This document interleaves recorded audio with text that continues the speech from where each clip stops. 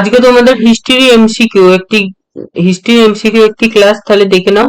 কোন সন্ধি দ্বারা প্রথম ইঙ্গ-মহীশূর যুদ্ধের অবসান ঘটে? সঠিক উত্তর হলো মাদ্রাজের সন্ধি দ্বারা। তারপরের প্রশ্ন, বর্তমান ভারত কার রচনা? সঠিক উত্তর হলো স্বামী বিবেকানন্দ।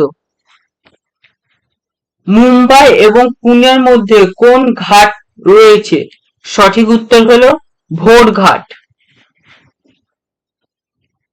বালা গঙ্গাধর তিলক কোন পত্রিকার সম্পাদক ছিলেন? সঠিক উত্তর হলো কেশরী।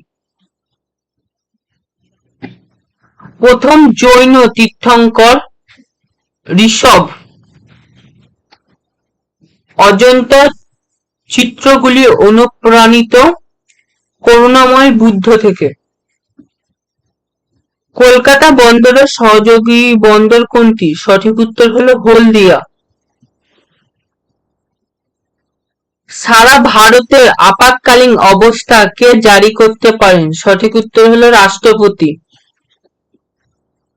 কাকা সাহেব নামে কে পরিচিত? সঠিক উত্তর হলো জিভি চোষী। বৃহৎ দেশ মন্দির কোথায় অবস্থিত? সঠিক উত্তর হলো তাঞ্জাপুর। মহাবীরপুরম কোন রাজবংশের দ্বারা প্রতিষ্ঠিত? সঠিক উত্তর হলো পল্লব। প্রাচীন আর্যদের সময় গ্রামের প্রধানকে কি বলা হতো? সঠিক উত্তর হলো গ্রামিনী। কিসের জন্য গান্ধীজি চম্পারণ আন্দোলন করেছিলেন? সঠিক উত্তর হলো নীল চাষীদের সমস্যা সমাধানের জন্য। অসহযোগ আন্দোলন কবে প্রত্যাহার করা হয়? সঠিক উত্তর হলো 1922 খ্রিস্টাব্দে।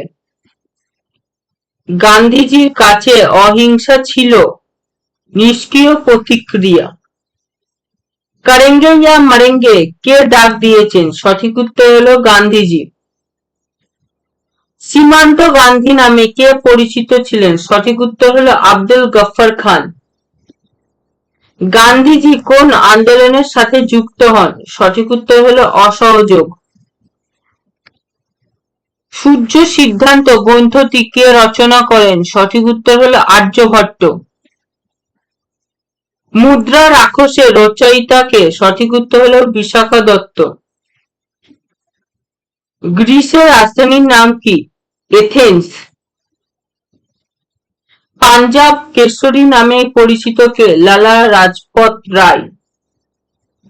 এর central is a not intelligent বইটির লেখক কে? সঠিক উত্তর হলো সৌরভ গাঙ্গুলি।